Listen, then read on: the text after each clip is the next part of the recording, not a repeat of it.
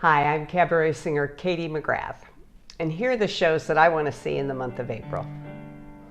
On April 1st, Ahmad Maksoud, a current cast member of the Tony Award-winning musical The Band's Visit, makes his Green Room 42 debut in Nasty Little Sweet Tooth, in which he shares his life lessons learned through a fraught history of dental decay.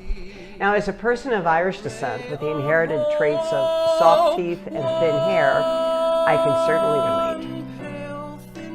Then on the 4th and 5th, Nalick will be at the Iridium.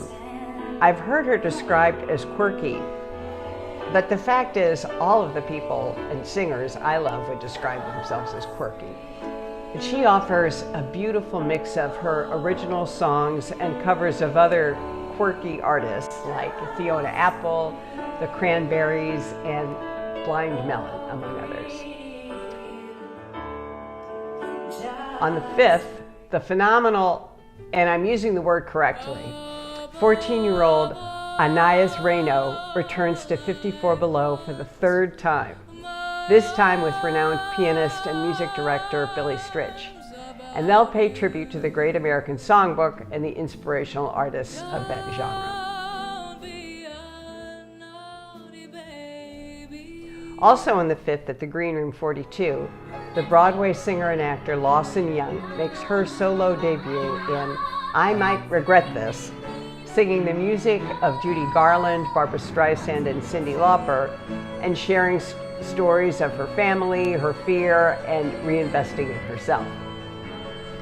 Then on Sunday the 7th at Don't Tell Mama, my fellow Midwesterner and good friend Mary Keller makes her New York solo debut in her show It's Personal. It's an intimate view of her outlook on life, love, family, and friends in stories and songs she sings straight from her heart. On Sunday, April 7th at Birdland, Gabrielle Stravelli does something I've been wishing someone would do. A straightforward, non-twangy interpretation of the music of one of my favorite composers. It's called Pick Up the Pieces. Gabrielle Stravelli sings Willie Nelson. On April 14th at Don't Tell Mama, Bostonite Patricia McKinley will be here for Ordinary Miracles. It's her story of her journey through recovery from drugs and alcohol addiction. And she reminds us that there's a 2-drink minimum. Your whole life waiting on a ring to prove you're not alone. Then on Thursday, April 18th at Don't Tell Mama, I'll be returning from my show, Aunt of the Year.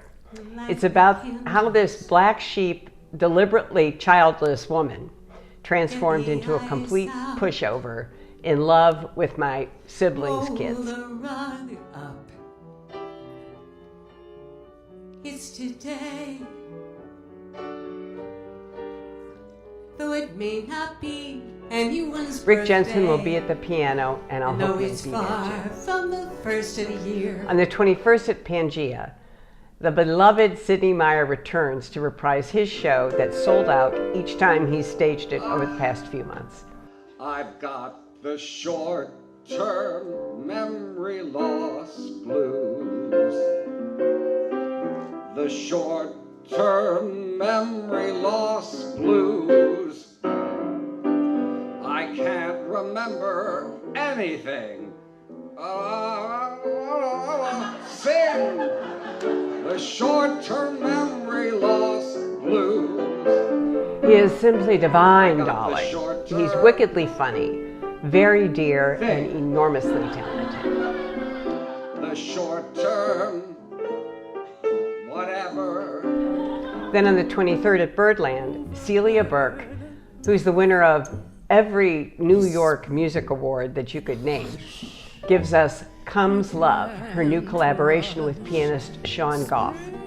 They describe their approach as an intersection between jazz and cabaret, creating a program of songs by great songwriters that have become Celia's trademark. I met the stylish and witty Barbara Malley by chance when we were seated next to each other at a mutual friend's show at Don't Tell Mama last year. But I'll be there to see Barbara herself at Mama's on April 26 and 27 for her show. OMG, am I a diva? I wouldn't have thought so, but I intend to find out.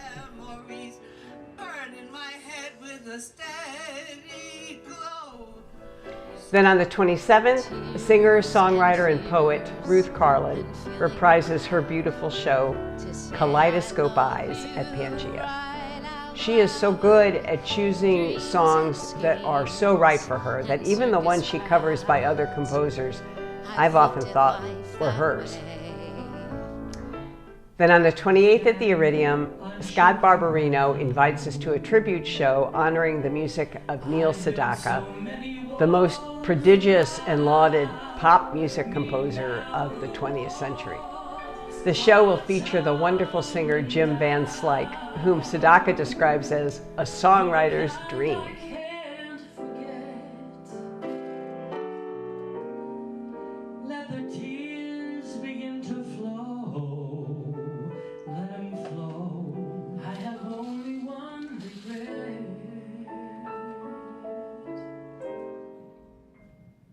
I'm Katie McGrath, and I'll see you there.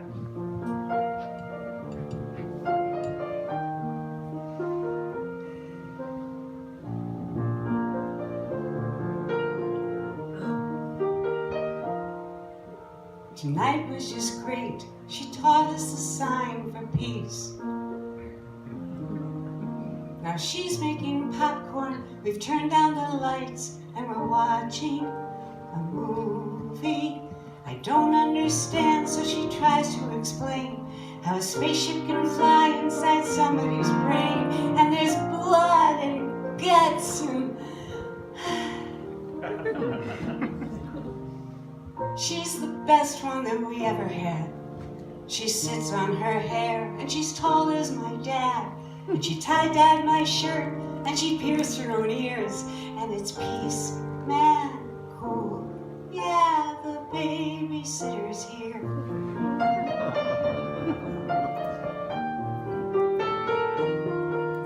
Her boyfriend is Tom, but we call him the king of romance.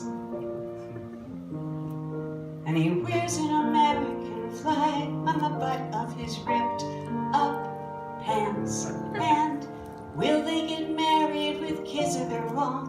He says not if she's going to college, she won't. And he kisses her.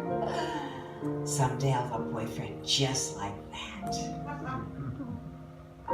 She's the best one that we ever had. She sits on her hair and she's tall as my dad. And she got mad at dinner when Tom drank a beer. But it's peace, man, cool, yeah, babysitter's here. And we all went to see her go dance at the high school. We made her a big card, and she said that she'd be the unicorn wearing the pink leotard.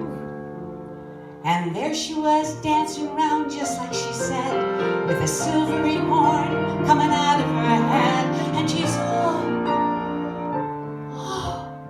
I can't wait to give her the card. I can't wait to give her the card.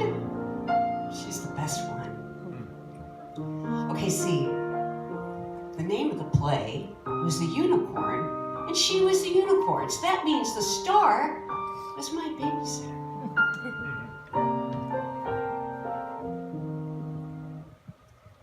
But it's Saturday night. I can't sleep and we're watching the news. She says, do me a favor, don't go with a guy who will make you choose. And I don't understand, so she tries to explain. And all that mascara runs down on her pain, and she's leaving me.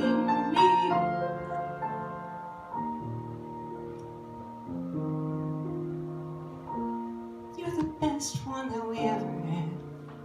You sit in your hair, and you're tall as my dad. and I'll make you a picture for college next year. So hush now, peace. The babysitter is here.